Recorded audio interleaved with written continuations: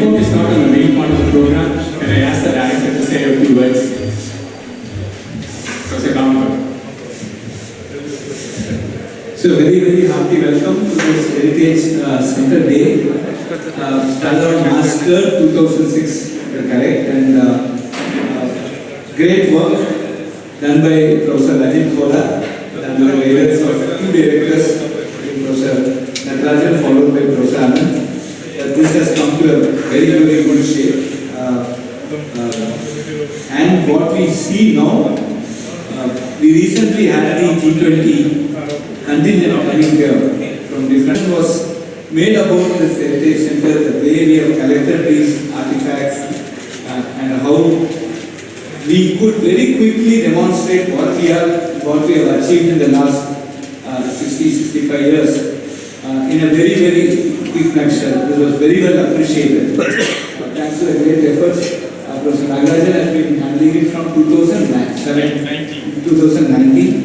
and also Mamata and all the team, Kumaran and the team which has put all this. Now as you see, we have a center bowl here. The center bowl will be a dynamic bowl. So whatever new achievements that we get, whatever new announcements that come on a monthly basis, I think we are going to keep devising. Every 2 weeks, so 15 days. Yeah, IIT has become dynamic. I think the way this changes also talks about how we as an institute are changing. And of course, thanks to alumnus of wonderful theatre. So the movie, I think the Minister of State who visited this went back and told that IIT Madras is like an Amazon forest. And the full surround audio that we get. I'm sure we will have a lot more to display in the days to come. And anytime we find this is there, this also gives, every day morning I walk through, and if things doesn't change in 2 weeks, I know that I need to act. And maybe doesn't improve that. So again, thank you very much for coming today. And I'm sure this place looks both, represents the heritage and also it's modern. And I'm sure we will also be having thematic events. चौका लगाना है, कोई सा भी लगा दो, जल्दी करो. And I'm sure I think the footfall also has increased. We will be adding more and more things as it comes in, more and more of very interesting displays, which will also increase the knowledge.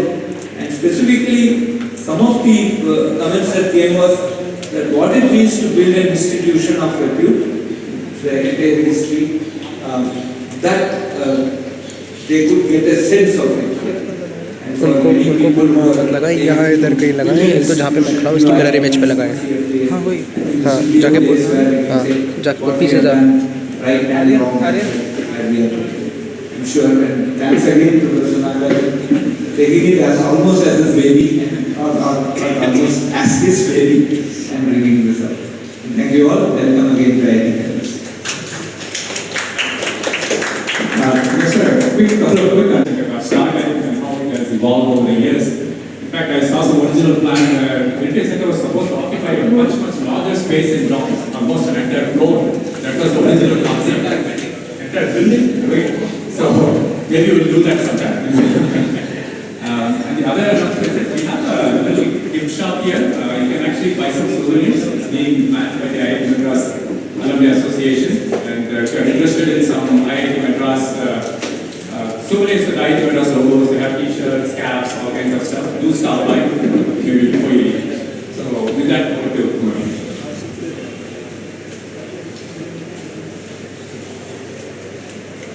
Because many of you, most of you are probably familiar with his blog or with his column that he used to write in the Hindu, or you may be aware that he's made a documentary film and so on. But I'd just like to, actually his bio is going to be read by Rahul here, but I would like to mention a personal connection with Mr. Anwar before we start. We have lots of books at the Heritage Center. Of course, you should come and browse them. They're all related to history and heritage and so on. But the largest of them all, the heaviest, the biggest book that we have, is this one. It's called the Raj Bhavans of Tamil and poetry. And there's one in Ooty, the summer capital of the British times. So, what does that book have to do with the speaker?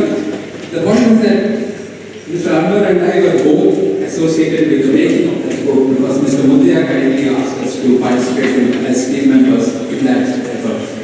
So that's really our connection, and I will ask Kavi now to read his bio, after which Mr. Anwar will address us. So this Anwar has co-curated the Muslim Heritage House at Darshan on the big temple of Tanjavur, built by Rajaraja Chola for the 1,000-year celebrations of the big temple. Anwar has co-curated the Muslim Heritage House at Dakshin Chitra in Chennai. He does heritage walks and tours to sensitize people of their past. Wrote a regular column, Anwar's Trail, in a national daily on our history and culture.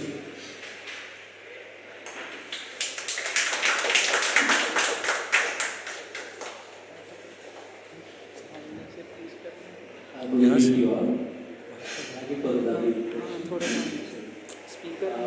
so happy to be here. Last time one institution trying to do documentary history because forest, and no wonder that the minister was. So this documentation is really very important. You know, when we talk about heritage, heritage is not just about buildings, monuments. It's also about the natural heritage that we have. So, this kind of gives you a primer. I am not going to talk about this buildings and Robert Bruce Ford, who found some of the old archaeological things over here. First came here, that those points are recorded. This was part of a larger spice route. Madras, Chennai, then water out of it. Now, one after the other. The Portuguese first instituted the Kafta system. You need to get passes to travel in Indian Ocean, which is actually our sea. You know, they claim the sea by their right it belongs to the Portuguese. So any Indian ship traveling from here anywhere, any dimension, had to get a pass from the Portuguese. And they ensured the pass was not given freely. You need to pay a huge amount. And even if you paid a huge amount, you can't transport everything. There are certain items which are more profitable like pepper and other spices, they are reserved only for the Portuguese. Okay? So slowly the trade started declining, and with the arrival of English, we lost even that. They started exorbitant trade. It ultimately culminates in Vamon Chidambaram trying to start his own shipping company. But by then it was loaded. By then the entire maritime, what we had for more than 2,000 years, had disappeared by then. Today, we go to the beach only to relax. We think that, and the governments have made sea as alien, feeling that we have been. But there has been a thriving industry. Even today, if you go to Pulicat, you will find Wodavis. Wodavis were the traditional boat builders, shipbuilders who were reduced to boat builders at some point of time. And today, even that is now gone. And there are only a few remaining because the plastic boats, fiberglass boats have come and it's all gone. Probably in the Kerala coast, in a place like Jaipur, you find those still being made. But nowhere near what we were at one point of time, where our kings, the Cholas, remember Rajendra Chola, sent an expedition to Kedah in Malaysia. Okay, that's how we get the title Kadaram. And what was the reason? Today we find China as an economy that everybody is trying to benefit from. And the Cholas, actually the Tamil traders, wanted to gain direct access to the Chinese. And there was a block, the Srivijaya kingdom in this Java Sumatra region was not allowing direct trade. And that was one of the reasons that historians think that the Cholas invaded. That sort of a thing, today we have completely kind of, if I say that we have this maritime heritage, many of you will blink. This is one of the heritage that we have lost.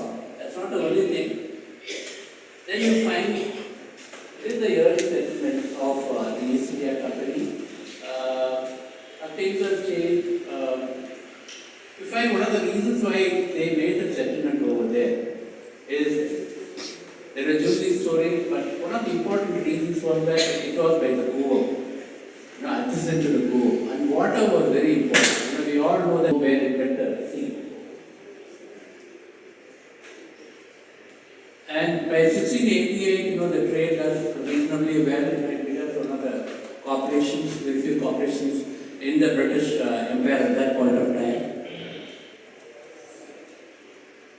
New settlements, came to be created. These all come from Madras. This was a profitable item of trade that they were using. And to do that, they created Chinnathalipet. And around that point of time, basically it was created by an Arkan Nawab Saadullah Khan, whose original name is Muhammad Sayyid. So Sayyidabad. This was other towns got created. It was their duty, till the 19th century, I would say. Not just the kings, even the traders and common public, it was their bounden duty to dig wells or water sources. That was considered to be a sacred duty. You will find that remnants in the temples and other places also. So if you zoom in, I will find so many lakes. Madras was a city of lakes. Today we are talking about Jaipur as a city of lakes. But Madras at one point of time was a city of lakes. Now, what does technology to do with it? It improves our life. What it makes us, you will understand what technology has. Now, Mylapore, anywhere you go, Mylapore, the Nageshwara Park was a water tank. Okay, that's many lakes. And at least 2 of them being encroached upon. Okay, so we are not lost everything. It is there in the suburbs. If you still go, the suburbs still have those lakes. At some point of time, this application of technology, they felt this is too slow and the water transport took over, that gave an end to that transportation. And today, I'm also talking about the ways that we have there, the Madras terrace, and also Madras is supposed to be the birthplace of what they call as Indo-Saracenic architecture. So during the colonial time, the British adopted the Islamic elements into it, and we have some fabulous buildings. Many of them are going to see, but for maintenance in some places. Now, Madras suburban railway comes in and it changes the kind of inhabitation, even going much earlier than that. And the resources, again, it's a problem. With various levels of development, the priorities also. Seeing all that in, monuments have taken a back seat. The governments do make to present something to us, to the Heritage Center, and to the hands of national community.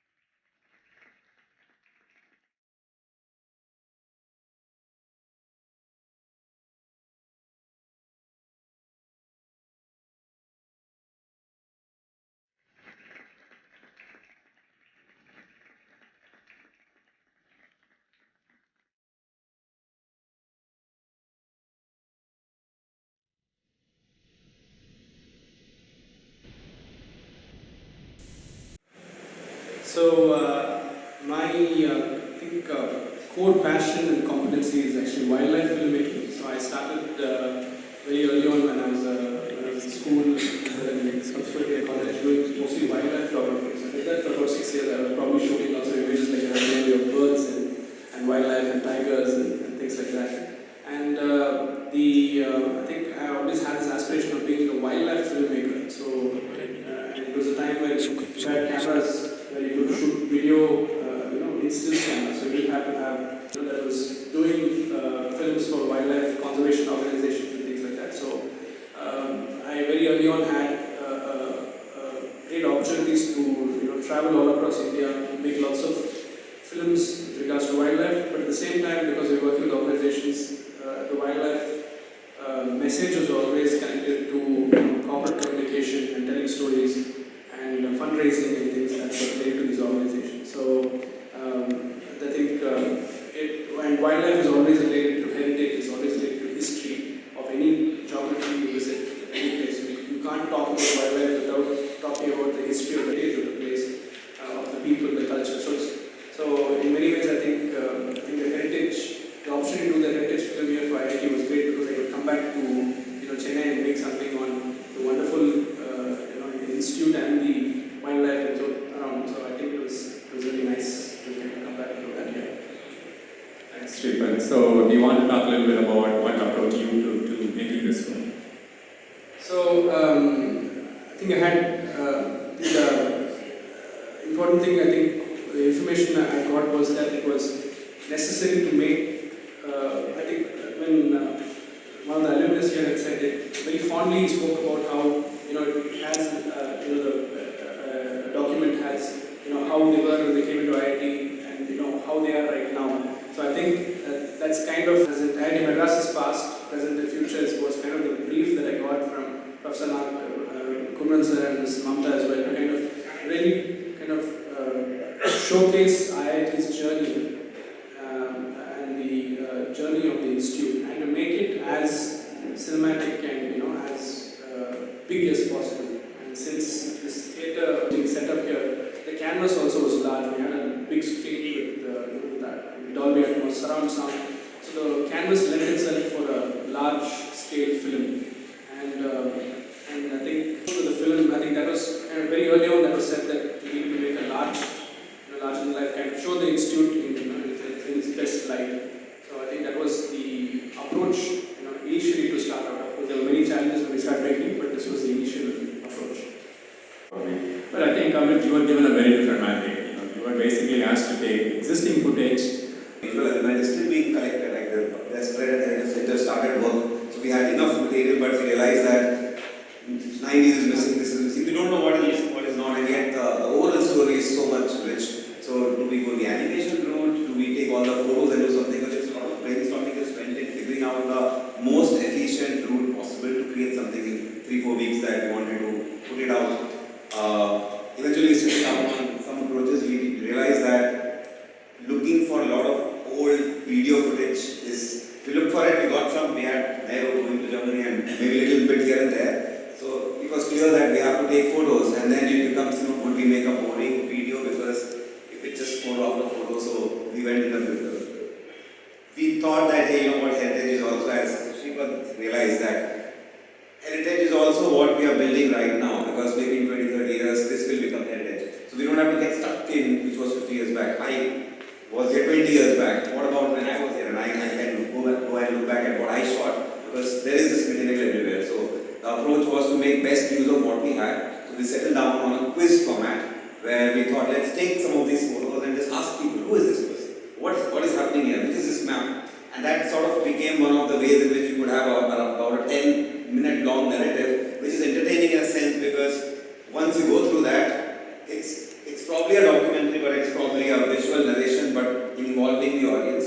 And the other approach that we took is talk about some of the existing innovation that is happening, and let the voice not be of the narrator, let the voice be of the professors and students who are creating heritage as we speak right now, which maybe in 20 years in this theatre would make sense, and today it might just look like a little more contemporary. So that was the broad approach that I work with Amrutash, my co-founder in my company, and he's a great writer, so we sort of work together as a team. So, Sripan, you mentioned some challenges. You want to talk about any of them? It's kind of an all-encompassing story. So I think as with all films, I think the main thing was to kind of see what information we had in our hand, and also what we wanted to convey. That was very crucial. That we really mapped that out, and to coherently then tell that story. The thing with IIT is it has such a huge, rich heritage and history, and so many departments, and so many firsts and so many achievements that we had to kind of really decide. Make that into the initial brief was to make a 10-minute film, but then it became a 20-minute film, and that itself, if it was very brief. So I think it's just processing the data that we had. Of course, then then I always say that, once it comes to filmmaking, the shooting bit is it's the easiest. You go to the camera and once your story and the content is decided, going out and executing the shots and getting the shots for the film is always the easiest part. It has its own challenges on the field. But once the story was decided, just deciding on the story and the information that we keep in the film and the things that we exclude was kind of the most challenging thing because we had so much material to deal with. So it was always about choosing this and dropping that. And since it was, and one great advantage was there were about 4 of us deciding on this information. So it's always good to kind of bounce the information off. Otherwise, if it's just one filmmaker trying to make it, crazy, sorting out and taking those decisions. It's always good to kind of bounce off and then one would say, hey, this works, this doesn't work. And that sort of, I think, having that sort of collaborative spirit towards, and I had no information about history or something. I came in as a blank canvas. So in that way, I had a completely different perspective compared to person now who have always been part of IIT. So I could bring sort of an outside perspective and say this would work for a audience who's coming into the theater to watch it. This is interesting, this is not interesting. And they would also leverage on what is at its core what is IIT. So they would really prioritize and say no, this has to come in for sure. So there are various kinds of films, and I would restrict my advice to what I probably do best. So I have also shot ad films and stuff like that, but it has been a evolving. You start with something that you like. So my advice would be to pick up something very specific. Don't get too intimidated by learning all the craft and figuring everything out and buying the best cameras and lenses. Start with what you have. Make one film. Finish it off. That's the first advice is complete a film. Let people see it. It will be bad. Accept it. Move on. The next film will most likely be better. And that's how you typically learn filmmaking. And as you keep doing a lot of guys who start with narrated, scripted films move to documentary. Others who start with documentaries eventually realize the limitation of documentary, and there comes a time when you will find your voice, and to do that you have to get started. So my advice is to not wait for film school journey, not wait to assist somebody. Great if you get a chance to do that, not wait to get hired, but make something bad and then make something little less bad and just keep at it. And this is at least what worked for me, and I think I'm doing pretty good for myself. Some of them may fail, but eventually one of them will become a unicorn. At least it worked for me. If it doesn't work for somebody else, please take my advice with a pinch of salt. So, Sripat. So yeah, I think that's the main thing. I think the most important thing for filmmakers is to finish projects. I think that's the most important thing that people, I have so many friends of mine who started projects and it's always in editing, perpetually in editing, and it's never completed because they always, no creative will want to finish editing the film. Even if you ask me, if you had given me 6 more months, I would have edited this film for 6 more months to make it better. Because as a creator, you just want to perfect it to its core. So that way, you really have to say that that's it, this is it, and you have to finish the film and send it out to the audience to, for them to watch it. So for any person who wants to start filmmaking, there's never been a better time to be a filmmaker. Even with your phones, shoot better video than what professional cameras used to do 5 years ago. So you have tools that are extremely accessible now. So the only thing is just go out and make the film. Like I said, you can make pretty much a story about anything. Like I started doing wildlife films, but then I ended up making ad films. I've done corporate films. I've done movie pilots. I've done so many different kinds of films. And I never thought I would make any of these kinds of films. But eventually, kind of projects come along and you kind of people say, oh, you can do this, so you can definitely do this as well. They kind of push you into it, and you learn to do all these things. So just start. I think would be the thing, and do finish and just move on to the next project. That's the only way the learning cycle is coming. You learn from different films. Thank you. So, thanks again for participating in this one. Yes. And also on the wildlife and the birds and all that. Like I said, there's enough content in our films. So I think this was a good film to start out with because it was really sort of a random sample of all the things in IIT. If you watch this film, you check there'll be a little bit of wildlife. There's a little bit of heritage that you've shown. A little bit. Yeah, there's a temple also. So, Very ancient temples are yes, there. yes. Even before IIT came, temples are there. Yes. So, all this information with regards to the temples and the wildlife, everything was present, like you said. So, if we can definitely make these films. Like I said, the theatre here is a lovely canvas. It's a huge screen. It's like a movie theatre screen. So, you really can make, I think you just need good patrons who can support the projects. In fact, just last night I was talking to an alumnus. Hopefully we can tap into that. So thanks again both of you for joining us today. And it's been a pleasure working with you, and I hope to continue this going forward. And Amrita also been great support. Thank you so much. We have mementos for you. I invite Dr. Raj on our behalf.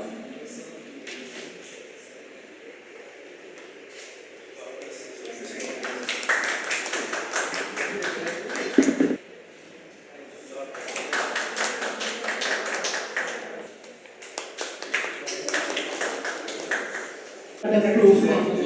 So, apart from he has written a lot of poems and articles in the publications, but and our students band, they will be performing on that. Before that, I will request Mr. Sasi Rao to read a short bio of this.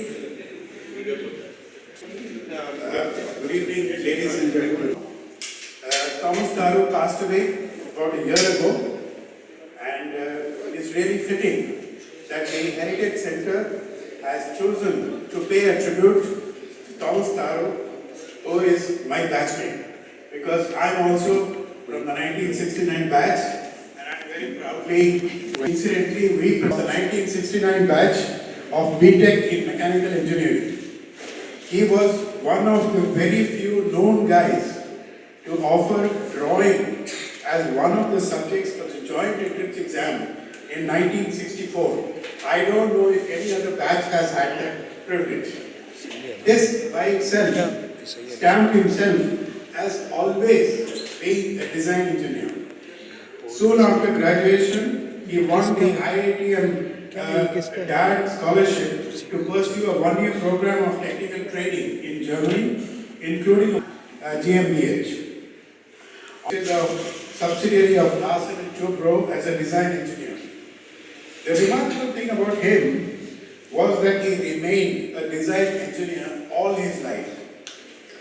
Without caring for personal career growth or organizational status, he was one who was truly committed to the cause of finding engineering solutions to all problems. And even more remarkable was his steadfastness to basic design and engineering principles, and even, I'm afraid, decrying the newfangled craze for CAD and CAM-based software solutions. He later moved to Chowgule & Company in Goa to help them maintain, service and repair their range of mining and earth-moving equipment. After a 4-year stint, he then switched back to academics, came back to IIT, did his MS in Mechanical Engineering at IIT-M in 1987 with the ultimate intention of becoming an academic. But that was not to be.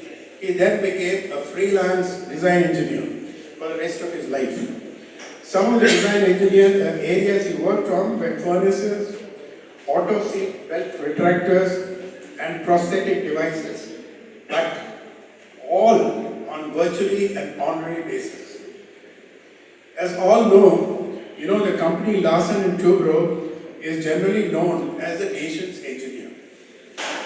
One can without doubt say that Thomas Daru was then the archetypal engineer's engineer. While he remained a bachelor all his life, he was very committed to the cause of IIT Madras and especially its heritage movement. And I know, and even Mamta has confirmed, has spent innumerable hours and days over the past years contributing to its growth and development. He had great admiration for the original German model of technical education at IIT Madras and its various overseas professors over the years. But I can tell you, he was certain at how things have now changed at IIT Madras with the virtual disappearance of its engineering workshops. It is really fitting, I repeat, that the IIT Heritage Centre has chosen to honor and pay tribute to Thomas Taru. You know, all said and done, Thomas Taru was as unique as one can be, and he lived life on his own terms. He was, as I put it, the ultimate non-conformist. But he was yet a humanist, and he kept in touch with most of his mates and even past professors. Sadly, he passed away about a year ago due to multiple organ cancer. May his soul rest in eternal peace. Thank you. As I was telling you, he has written articles. He was writing in the contemporary and Easter, right, Kumari sir? So he has written many poems and articles in Campus Times, Annual Number, and Job. Fests like IIT Bombay's More Indigo, IIM Bangalore's Unma, NIT Trichy's Festember, and our own Saran. Competitions such as solo vocals, solo instrumental, a cappella, and battle of bands. We have also composed 5 original songs this year and have performed them in concerts conducted inside and outside the institute. We hope to release our originals soon and perform in more concerts in the near future. So we have 3 songs lined up for you. 2 songs that were written by Mr. Thomas Taru, and one is a parody of our own. So maybe once we are set up, I'll just introduce the first one and we'll get going.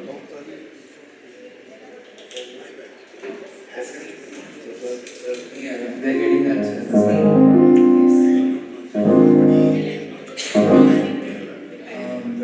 Can you come over? Naturally. Yes.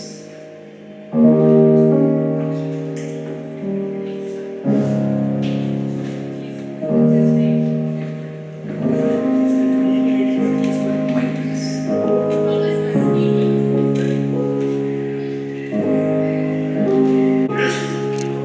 We'll be having Nikhil and Ashwita on vocals. So the first song is a parody of the song 16 going on 17 from the movie Sound of Music. No, I'll read this. And the parody is called Threadness for a Dead Institution. It is a conversation between an intimidating senior and a junior rebuffing the senior's taunts. So, you guys can stand over here. Check.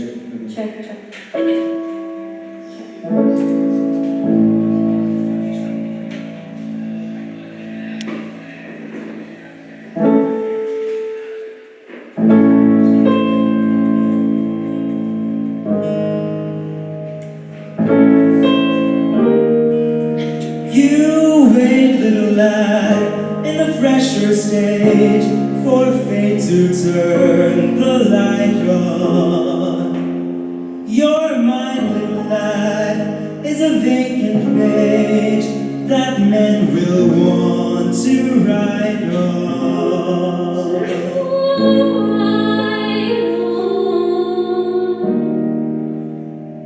You are 16, going on 17, sunny. It's time to think. Life with hazards is life, and you might be left to stay. You are 16, going on 17, seniors will fall in line. Mystic experts and gastric perverts may offer you brass and bright. Totally unprepared are you for tortures in this den. Timid and shy and scared are you of candles lit at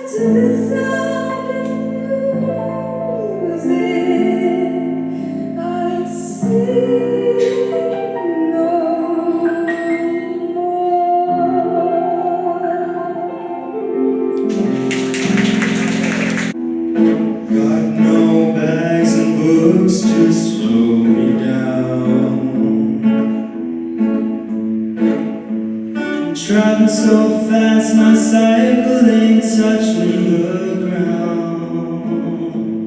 Traveling light, not taking light.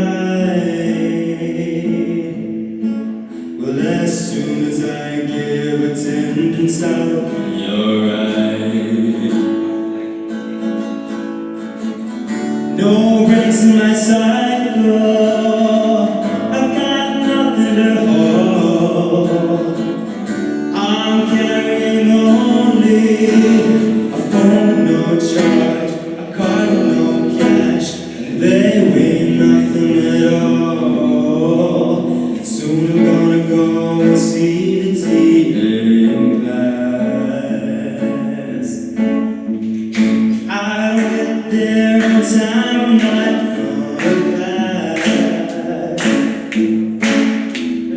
Light, not taking light.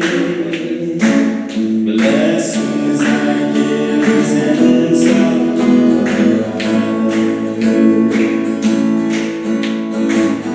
No pen and no pencil, I've got nothing to hold. I'm carrying only a phone with no charge, a card with no cash, and they weigh nothing at all. Soon I'm gonna go and get the attendance sheet. I'm in such a rush, oh, I haven't had nothing to eat. Traveling light, not taking light.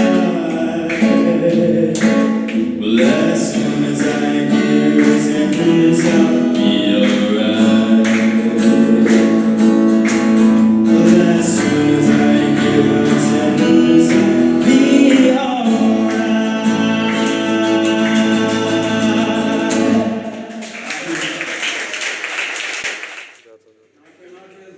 Heritage Day, Center Day 2023. Finally, after a pandemic and a complete renovation, the Heritage Center has been reimagined and reopened. Thank you all for attending the 17th Heritage Center Day event. We hope that this event, Akoti, the director of our institute, for gracing the occasion with his presence.